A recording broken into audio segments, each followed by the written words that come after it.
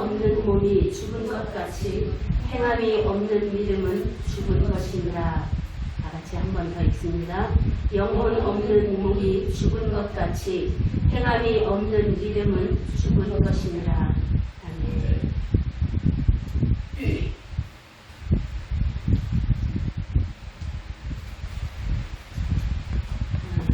다이어트 하는 사람들이 다이어트에 성공하기 위해서는 꼭 반드시 극복해야 하는 것이 하나 있는데 그것이 바로 정체기라는 것입니다. 처음에 다이어트를 시작해서 식단을 조절하고 운동을 하면 살이 쫙쫙쫙 눈에 보이게 내 마음을 설레이게 할 만큼 살이 빠져요. 빠지다가 어느 순간이 되면 이게 잘 안 빠져요. 오늘 올라가서 몸무게를 재봐도 아침에 일어나서 다시 몸무게를 재봐도 몸무게가 안 빠질 때가 있어요. 그것이 정체기라고 하는데 이 정체기가 오면 다이어트 하던 마음들이 갈등이 생기기 시작해요. 내가 이렇게 진짜 고생을 꼭 해야 되나? 내가 이 다이어트를 이렇게 힘들게 해야 되나? 우울하기도 하고 포기하고 싶기도 하고 이 갈등을 겪는 시기가 바로 이 정체기인데 정체기에서 벗어나기 위한 노력들을 이제 많이 하겠죠. 그 중에 한 가지가 식단을 바꾸는 방법도 좋다고 합니다. 뭐 닭가슴살, 뭐 고구마, 단백질 이렇게 먹었다면 똑같은 다이어트 식품 중에 다른 식품군이 있을 거 아니에요. 그래서 이제 다른 식품군으로 바꾸면 기대치가 다시 생기게 되기 때문에 이 몸무게가 줄지 않는 정체기에 대한 우울감이 민감함이 이제 좀 덜 하다는 거죠. 그래서 이겨나갈 수 있다고 하더라고요. 이 식단이 내 몸에 적응을 하기 전까지는 이제 쭉쭉 빠져요. 내가 그동안 내가 먹고 싶은 대로 먹다가 식단 조절을 해서 먹기 시작하면 몸무게가 쭉쭉 빠지다가 그 식단에 내 몸이 적응이 되면 그때부터 살이 잘 안 빠지기 시작한다는 거예요. 그래서 다른 식단으로 바꿔보면 다시 또 바뀐 식단에 몸이 적응을 하느라 살이 빠지기 시작한다는 거죠. 그러니까 전환을 주는 거예요. 몸에도 전환을 주는 거예요. 이런 정체기는 여러 군데서 나타납니다. 우리 성장하는 아이들도 뭐 1년에 막 10cm, 8cm 크던 아이들이 어느 순간 왜 지금은 키가 안 크지? 다 큰 건가? 뭐 이럴 때가 있어요. 정체기예요. 정체기. 다 큰 것이 아니라 그러다가 다시 또 나중에 키가 크는 거죠. 그것처럼 이 정체기는 우리의 신앙에도 찾아옵니다. 처음에 예수님을 구주로 믿고 입으로 시인하여 구원을 받았을 때는 교회 생활도 신선하고 성경을 읽는 것도 신선하고 교회에서 하는 어떤 프로그램에 참여하는 것도 신선해요. 그래서 호기심도 충족시키고 내 삶에 활력도 생기고 새로운 기대감도 생겨서 열심히 잘 참석을 합니다. 그리고 성경 말씀이 뭔지 잘 모르겠지만 그래도 매일 말씀을 읽으라는 목사님의 권면에 순종해서 말씀을 읽다 보니까 어느덧 말씀에 대해서 궁금증도 생기고 의문도 생기고 자꾸 알고 싶어지고 그래서 또 읽게 되고 또는 성도나 목사님들에게 묻게 되기도 하고 또는 기도도 해보게 되고 그러면서 성령님이 그러한 마음을 도우시고 은혜 주셔서 이제 하나씩 말씀이 이런 뜻인가 봐 알아지고 이 알아지는 게 참 재밌거든요. 내가 성경을 읽는데 처음 예수 믿고 성경을 읽는데 무슨 성경 말씀이 이해가 가겠어요.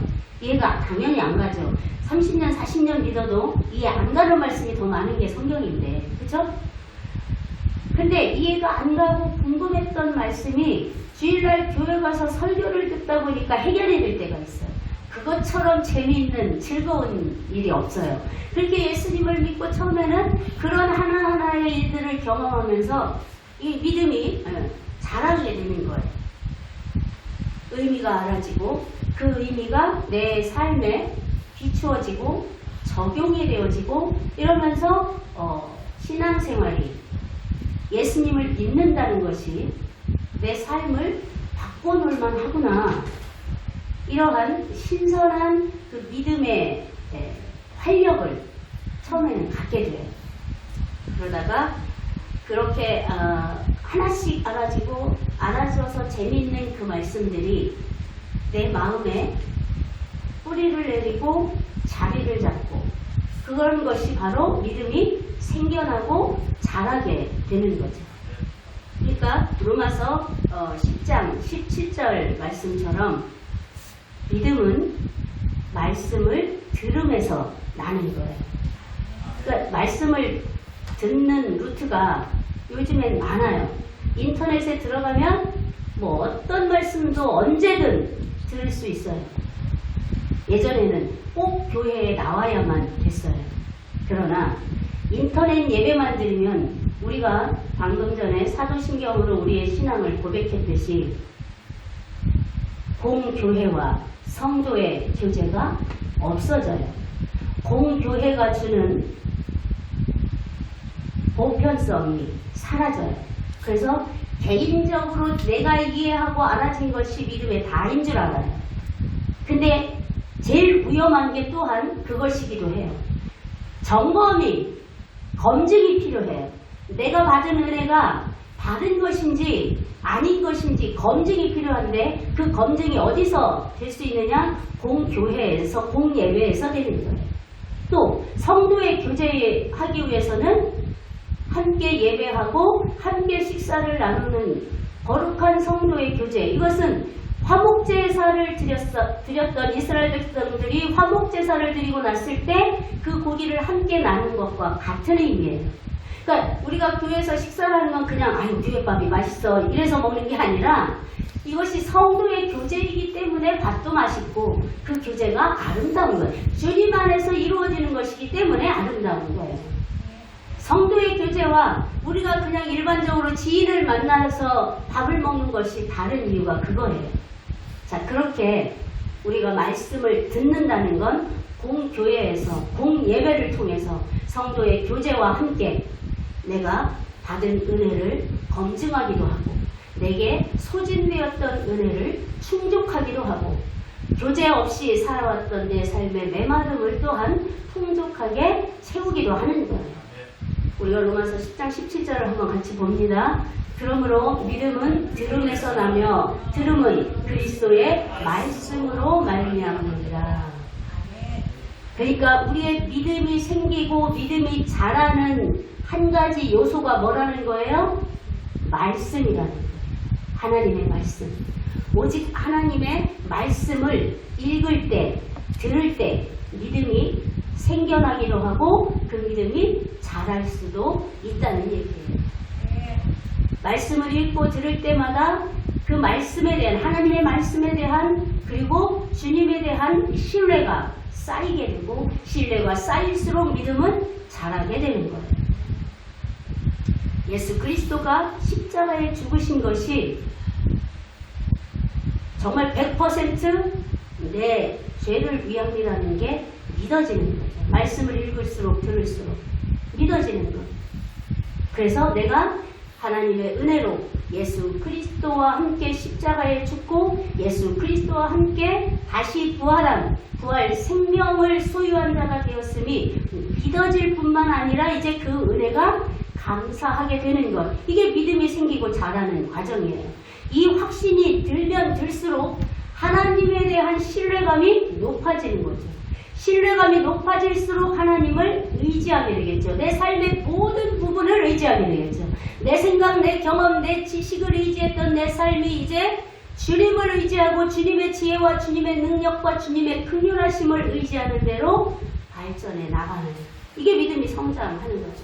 근데 그 근원은 바로 하나님의 말씀을 듣고 읽는 데서 비롯된다는 얘기예요. 자, 그렇게 해서 신앙생활을 어느 정도 하다 보면 어느 정도 믿음이 생겨요. 어느 정도 믿음이 생기다 보면 이 정체기, 마치 부부간의 권태기처럼 이제 정체기가 와요. 하나님에 대해서도 좀 시들해지고, 성도의 교제에 관해서도, 교회 생활에 대해서도 좀 시큰둥해지는 그런 정체기가 오는데, 이 정체기라는 건 한마디로 말하면 성장이 멈추는 시기라고 할 수 있어요. 다이어트 할 때 몸무게가 빠지다가 멈춘 것처럼 믿음의 성장이 잠시 멈추는 시기. 이거는 누구에게나 와요. 그런데 이 정체기의 특징은 뭐냐? 여전히 말씀은 읽어요. 예전처럼. 그런데 말씀에 대한 감동이 별로 없어요. 설레임이 별로 없어요. 말씀이 집중도 잘 안 돼요. 그리고 이 말씀이 무슨 뜻일까? 이 말씀이 내 삶과 어떻게 연결될까? 별로 궁금하지가 않아져요. 그냥 무미건조하게 예배를 드리고 무미건조하게 성경을 읽게 돼요. 예배를 오는 것이 기쁘고 즐거웠고 기대가 있었는데 그저 그런 마음으로 예배를 드리게 돼요. 그래도 내가 이렇게 힘든데, 이렇게 바쁜데 예배를 드리는 것만도 어디야? 어느덧 그렇게 사단이 가라지를 뿌려주게 돼요. 그리고 그걸 내 현실이 진짜 그러니까 사실처럼 정당화시켜요. 그리고 그 전에는 느끼지 못했던 단점들이 보이고, 성도들에 대해서도 목사님에 대해서도 또 교회 안에 있는 어떤 여러 가지 일들에 대해서도 부정적인 생각들이 찾아와요. 이게 바로 정체기의 특징이에요. 그러다 보니까 하나님도 이제 나를 구원하신, 나를 위해 죽으신 그 은혜가 100%로 믿어졌다면 이제는 그런 하나님이라면 지금 내 삶에 주어진 이런 일들이 왜 일어나야 해? 왜 나한테 이런 고통이 주어져야 해? 왜 이런 어려움도 주님은 해결을 못하셔?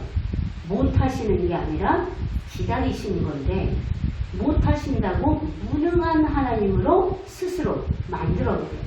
이게 정체기 때 찾아오는 일들이에요. 그러니까 믿음의 성장이 멈춘다는 건 하나님에 대한, 말씀에 대한 신뢰가 떨어지고 대신 의심과 불신이 일어난다는 뜻이에요. 그래서 내 경험, 내 지식, 그리고 세상의 지혜, 이런 것들이 자꾸만 앞서게 된다는 뜻이에요. 그러니까 기쁘고 설레이는 마음으로 말씀을 읽고 예배를 드릴 때 믿음이 쑥쑥 자라 올라오다가 이 정체기가 되면 이제 그 믿음이 더 이상 자라지를 못할 뿐만 아니라 자기 삶에 대해 지루함을 느껴요. 집, 교회, 직장, 왜 나는 이렇게 지루하게 살지? 어느덧 자기 삶이 다람쥐 쳇바퀴 도는 것 같은 지루함을 느끼게 돼요. 그래서 활력소를 찾을 다른 곳을 기웃거리게 돼요. 그래서 다른 데서 기웃거리다 들은 얘기들을 가지고 교회를 비판하게 되고 말씀을 비판하게 되고 여기까지 나가는 사람도 있어요. 그래서 이 정체기 때 교회에 대해서, 성도의 교제에 대해서, 말씀에 대해서, 하나님에 대해서 이 시큰둥해지면서 불평이 생기고 사람들을 자꾸만 판단하게 되고 이런 일들이 생기게 됩니다. 자, 이것을 그냥 두면 믿음이 퇴보하게 돼요. 다른 것도 그렇지만 믿음은 제자리가 없습니다. 자라거나 퇴보하거나. 믿음이 퇴보하고 죽어가게 되니까 교회를 떠나는 사람도 있고, 나 상처받았어. 그래서 교회를 시끄럽게 만들기도 하고, 또 그래서 다른 교회를 기웃거리다가 다른 교회를 기웃거리는 것까지는 괜찮은데 다른 종교에 기웃거리기도 해요. 자기의 호기심 충족을 위해서. 이게 정체기 때 우리가 내가 이게 정체기가 왔구나 알아차리지 못하면 빠질 수 있는 미혹이에요. 그러면 이런 정체기는 왜 찾아오는 걸까? 이런 정체기의 원인이 뭘까?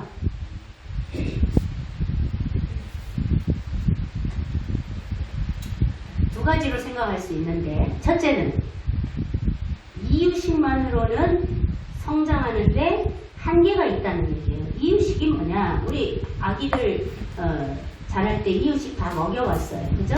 부모님들은 이유식을 알아요. 자녀들은 잘 모르겠지만.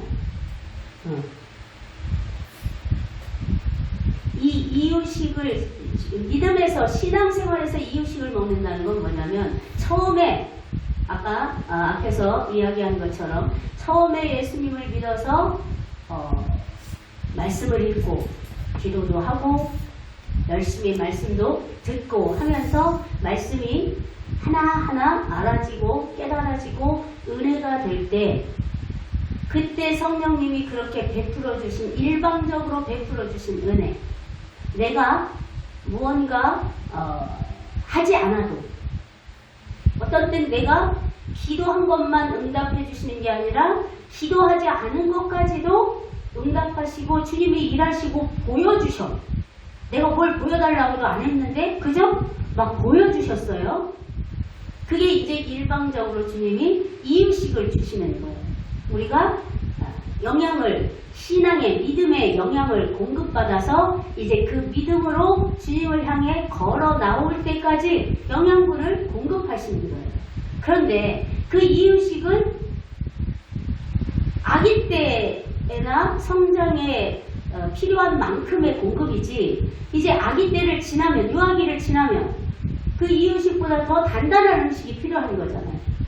그 단단한 음식은 이제 내가 찾으라는 거예요, 주님이. 나한테 너도 나와서 한 걸음 걸어 나와서 나와 손을 맞잡자 이거예요. 지금은 주님이 와서 잡아만 주셨지만 이제 서로 내가 너에게 일방적으로 갔지만 너도 한 걸음만 나한테 와봐. 나를 찾아봐. 나에게 사랑을 보여줘봐. 반응해봐. 주님이 이때를 주시게 된다는 거예요. 그러니까 이때에는 이제 한 걸음 나아가는 신앙이 필요한데, 여전히 나는 이유식만 먹고 싶은 거야. 왜 주님은 이제는 잘 안 보여주시지? 왜 주님이 이제는 잘 응답도 안 해주시지? 안 계신 것 같지? 이렇게 어린아이로 머물러 있으면 안 된다는 얘기예요. 우리에게 이유식을 일방적인 하나님의 은혜와 깨닫는 은혜와 말씀에 감동하는 은혜, 하나님이 믿어지는 은혜를 주신 것은 이렇게 하나님께 한 걸음 한 걸음 나아가게 하기 위해 영양분을 공급해 주신 거예요. 이제 그 힘을 얻어서 주님을 향해 한 걸음 한 걸음 우리도 나아가야 하는 거예요. 손을 맞잡아야 돼요. 지금은 주님이 내 손을 일방적으로 잡았지만 믿음의 초기 때는, 어릴 때는 이제 내가 유아기를 벗어나고 자라면서는 나도 주님 사랑해요. 같이 잡는 것이 필요한데, 그걸 안 하고 계속 맞잡아주기만, 주님이 와서 일방적으로 잡아주기만 바라면 그것이 쌓였고 나는 자랐기 때문에 만족이 안 되는 거예요. 유아 때는 만족이 되는 것이 만족이 안 되는 거예요. 그래서 권태기가 올 수 있어요. 또 하나, 내가 이 정도면 이제 나도 어느 정도 믿음이 자랐어. 내가 이렇게 열심히 예배 드리잖아. 내가 이렇게 신앙생활 잘하고 있잖아. 스스로 자기 믿음을 만족히 여기고, 이만큼이면, 이쯤이면, 이 정도면 안주하기 시작해요. 이것이 바로 신앙의 정체기를 가져오는 원인이기도 합니다. 말씀에 대한 관심도, 예배에 대한 열정도 시큰둥해져요. 왜? 내가 이 정도면 이라는 만족감 때문에, 그 안일함으로 빠지게 되는 거예요. 근데 그것이 의식적으로 오는 게 아니기 때문에 너무나 서서히 가랑비에 옷 젖듯 그렇게 찾아오기 때문에 우리가 잘 못 알아차려요. 근데 언제쯤 알아차리냐면 한참 지나서, 왜 내가 요즘에 이렇게 말씀을 읽는 것에도 감동이 없지. 교회에 가는 것에도 별 감동이 없지. 왜 요새 자꾸 불평이 나오지? 왜 요새 자꾸만 내 마음이 은혜가 없는 것 같이 이렇게 메마른 것 같지? 이럴 때 이제 알아차리게 되는 거죠. 그럴 때 이 정도면 내가 잘하는 거지. 많이 변했어. 예전에 믿기 전에 비하면. 이렇게 안주할 때 사단은 그 틈을 놓치지 않습니다. 그때를 노려보고 있다가 그때 그래 너 이만하면 잘하는 거야. 열심히 했어. 이제 좀 쉬어도 돼. 이제 적당히 해도 돼. 이런 생각을 주어서 그 정체기로 빠지도록 부추긴다는 거예요. 그러니까 정체기로 찾아오지만 동시에 주님이 나한테 돌이키라고 보내는 사인, 한 발짝 걸어 나오라고 보내는 사인이라고 받아들이시면 됩니다. 그래서 그 사인을 나를 향한 주님의 은혜로 사람으로 받아들이고 주님 손 잡고 일어서면, 다시 일어서면, 돌아서면 주님은 예배의 은혜도 회복시키실 것이고 하나님에 대한 확신도 사랑도 회복시키실 뿐만 아니라 더욱 확신으로 자라게 성장하게 하실 것입니다. 그러면 우리가 이 정체기에서 벗어나기 위해서 어떻게 해야 하는가? 방법이 뭘까? 다이어트 하던 사람들이 정체기가 오면 식단을 바꿔보는 것처럼 우리도 신앙생활의 패턴을 바꿔보는 것이 필요합니다. 그동안은 하나님의 주시는 이유식 같은 은혜로 만족했다면, 그래서 예배드리는 것 하나에 나 주일 잘 지키고 있어, 이거 하나에 만족했다면, 성경 읽으라고 해서 읽긴 읽고 있는데 라는 것에 만족했다면 이제 거기서 더 나아가서 주님과의 관계에 초점을 두어야 해요. 패턴을 바꿔본다라는 건 주님과의 관계를 점검해봐야 하는 거예요. 나는 정말 예수님을 신뢰하고 있나? 나의 구주로 신뢰하고 있나? 우린 이 질문이 어리석은 것 같고 초보적인 것 같지만 우린 매일매일 자기 자신에게 이 질문을 던져봐야 합니다. 나 정말 예수님 믿는 사람 맞나? 난 정말 내 삶의 중심이 예수님인가? 난 정말 재림신앙, 주님의 재림을 기다리고 신뢰하고 있는 사람인가? 나는 무엇으로 사람들에게 내 믿음을 증명할 수 있을까? 나는 오늘 죽어도 예수 그리스도 때문에 평안할 수 있나? 자기 자신에게 날마다 점검하고 질문해봐야 합니다. 오늘 예배드리다가 주님이 나를 부르신다 해도 나는 감사와 기쁨으로 정말 평강으로 갈 수 있습니까? 아멘. 전 아멘입니다. 예배드리다가 부름받아가는 것보다 더 영광스러운 일이 어디 있겠습니까?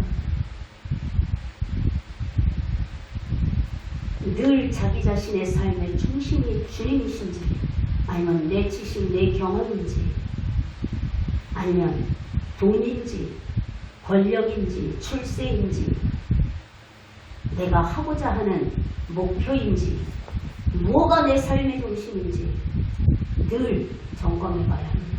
그것들이 다 필요한 것이지만 주님보다 중심일 수는 없습니다. 그리스도 안에서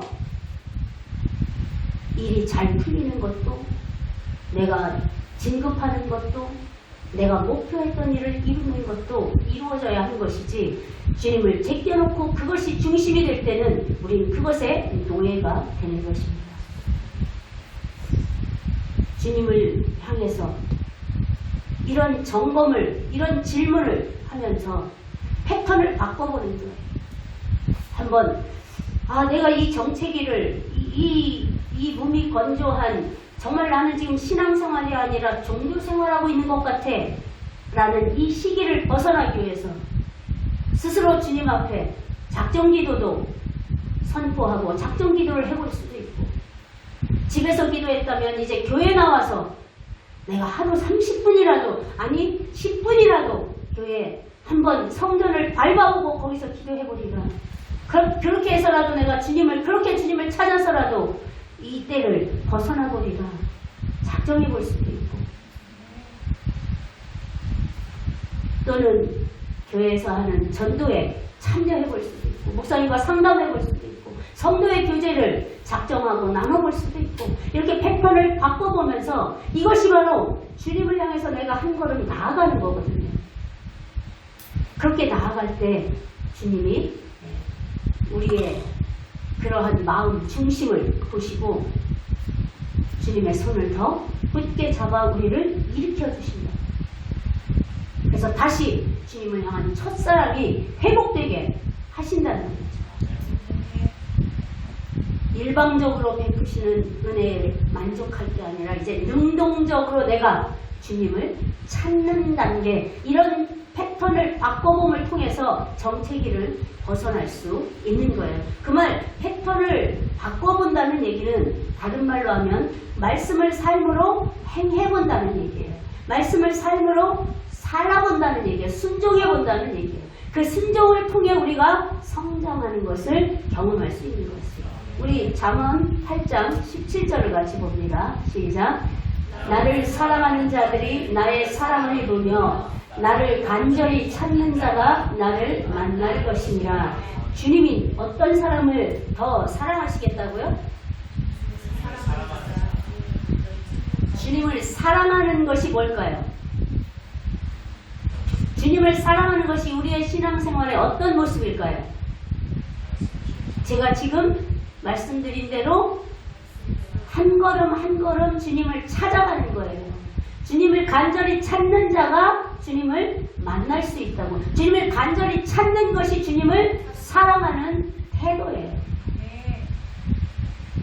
나는 믿음이 안 자라 이러면서 여전히 똑같이 주일날 와서 예배드리고, 똑같이 주중에는 한 번도 예배에 대하여 생각도 안 해보고 내 삶에 매몰돼서 살아가던 사람이, 아니야 난 이제 이렇게 안 되겠어, 내가 하루 10분이라도 교회 가서 기도해봐야겠어, 아니면 집에서도 기도 안 했다면 내가 하루 10분이라도 기도해봐야 되겠어, 아침 저녁으로, 아니면 무슨 일 있어도 내가 말씀을 하루에 한 장이라도 읽어봐야겠어. 이게 주님을 찾는 거예요. 이렇게 주님을 찾는 자를 주님이 만나주신다는 거예요. 뭘로 만나주시겠습니까?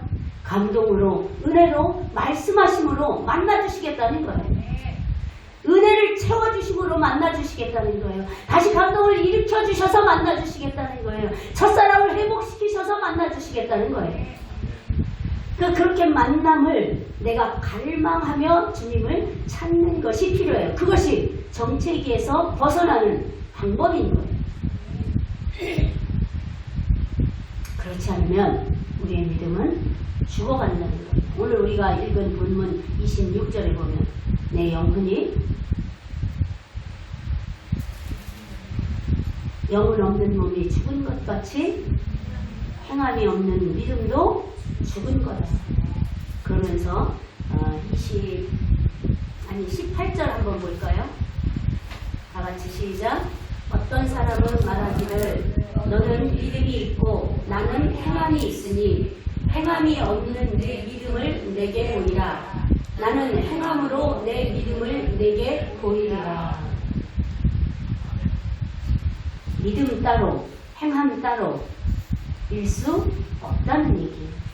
믿는다는 건 그 믿음을 삶으로 살아간다는 뜻이에요. 그게 진짜 믿음이에요. 아니면 그저 알고 있는 지식에 불과한 거예요. 성경 1년에 1독씩 해서 10독을 했어도 그 말씀을 내 삶으로 살아내지 않는다면, 겸손해라, 사랑해라, 인내해라, 오래 참아라, 하나님을 사랑하고 이웃을 사랑하는 것이 하나님의 가장 큰 계명이다, 그 말씀을 살아내지 않는 사람은 죽은 믿음이라는 얘기예요. 그러니까 어떤 사람이 나는 믿음이 있다고 자랑했어요. 그랬더니 행함은 없고 믿음이 있다고 자랑하는 그에게, 그래? 그럼 네 믿음을 행함으로 보여줘봐. 나는 행함으로 내 믿음을 네게 보여줄게. 이렇게 얘기한 거예요. 너가 네 성질 낼 거 다 내고 네 이 챙길 거 다 챙기고 다른 사람 손에 끼치면서까지 다 챙기고 하면서 너 믿음 좋다고? 그 믿음을 한번 그럼 행함으로, 삶으로, 순종으로 보여줘봐. 이 얘기예요. 짜증낼 거 다 내고 내 성질대로 내 기분대로 살면서 나는 믿음이 있다고? 나 주일예배 잘 지켜서 헌금 많이 해서 교회 봉사 많이 해서 믿음이 있다고? 아니, 주님은 내가 중심에 마음에 없는 봉사 헌금하는 거 그거 기뻐하지 않으세요. 주님이 거지가 아니에요. 그러한 봉사, 그러한 헌금 구역질 난다 하셨어요. 이스라엘 백성들에게. 네가 가지고 오는 그 마음 없이 가지고 오는 그 재물 때문에 내가 역겹다 그러셨어요. 나 아니어도 필요하면 얼마든지 다른 사람을 통해 주님은 쓰실 수 있어요. 내가 했는데 그냥 가인과 같은 거예요.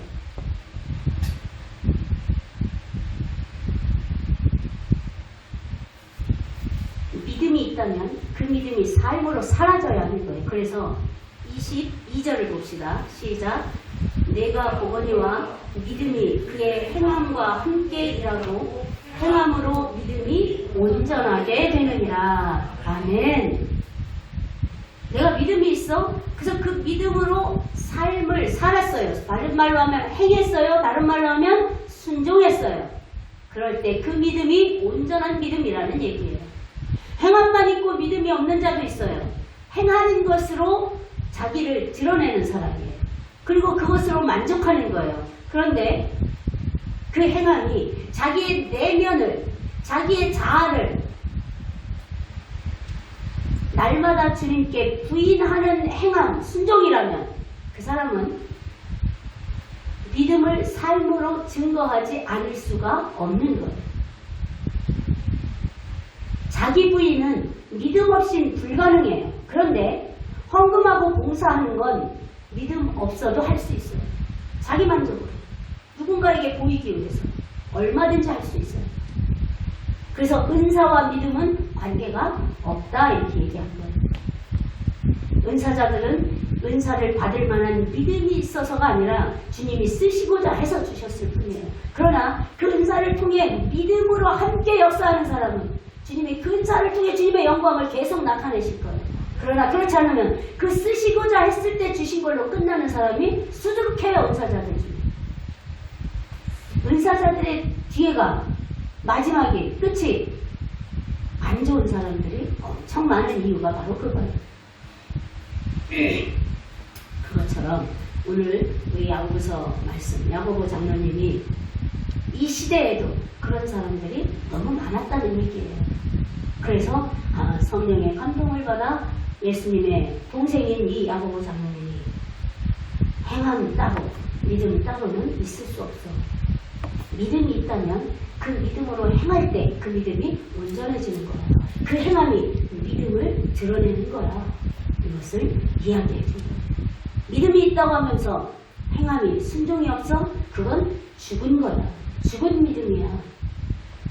제가 어저께 어떤 분에게 인터넷에서 어떤 간증을 들었다는 이야기를 보았다는 이야기를 들었는데 어떤 교회 목사님, 성도가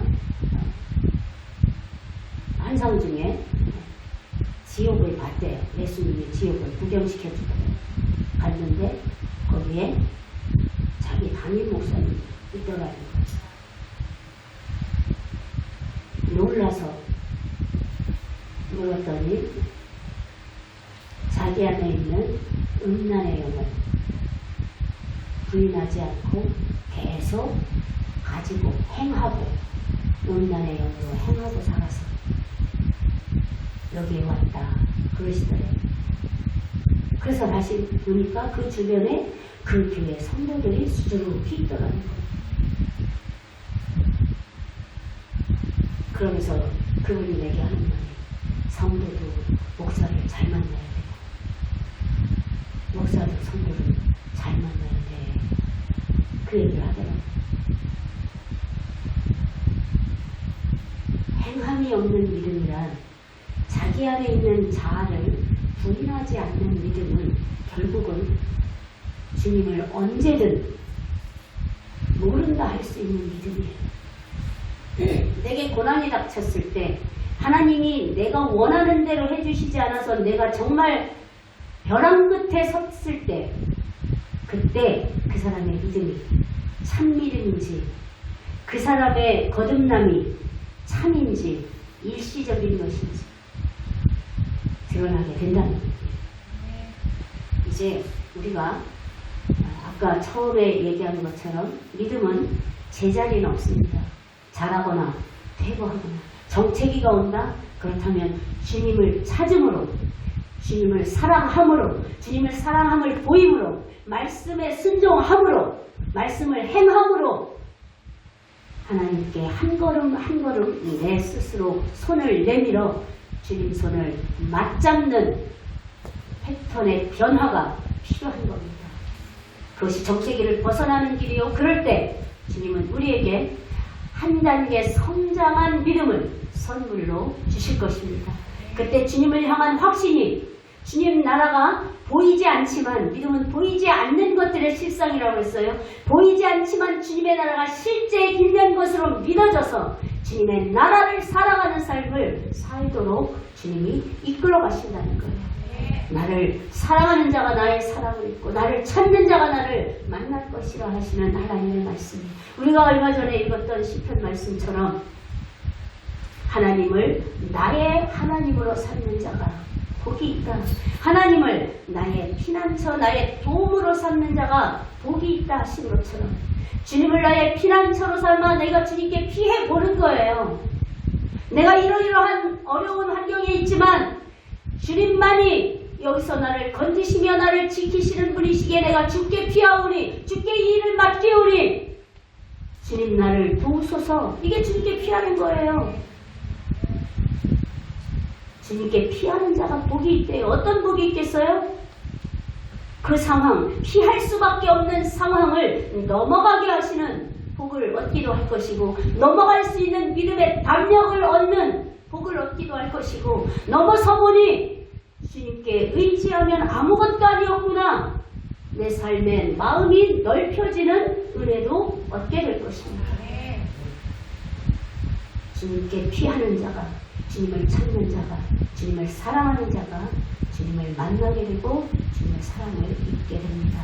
믿음의 정체기 따위는 우리에게 아무런 두려움이 될 수 없습니다.